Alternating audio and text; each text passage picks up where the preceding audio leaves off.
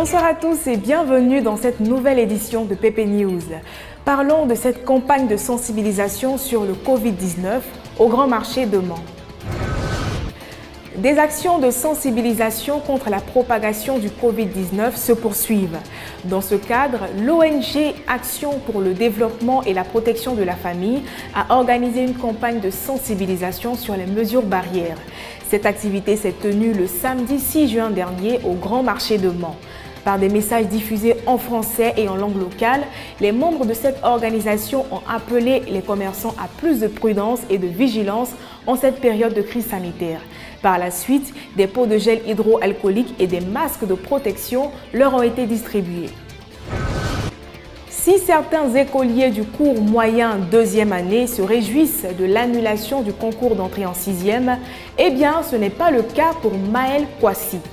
Élève en classe de CM2 à l'école primaire Marie-Cathy de Yopougon-Ananuré, il se dit être déçu de cette décision prise par les responsables de l'éducation nationale. Selon Maël, depuis le début de l'année scolaire, il a étudié sans relâche afin d'affronter cet examen de fin d'année qui permet de détecter la valeur des apprenants.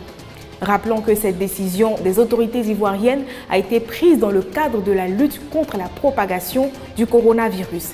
Alors Maël, ne te décourage surtout pas, crois-moi, des examens tu en auras assez tout au long de ton parcours scolaire. Enfin, les habitants de Goli-Nduenouan ont retrouvé le sourire après un mois de pénurie d'eau. En effet, grâce au concours technique de l'entreprise Énergie et Technologies Nouvelles, un système de pompage automatique d'eau alimenté par énergie solaire a été réalisé. Ainsi, la semaine dernière, les femmes ainsi que les hommes du village ont effectué massivement le déplacement sur le lieu de la réalisation afin d'immortaliser la fin des travaux, mais aussi l'essai de l'ouvrage. Notons que l'œuvre a été financée par les villageois eux-mêmes grâce à des cotisations faites à cet effet.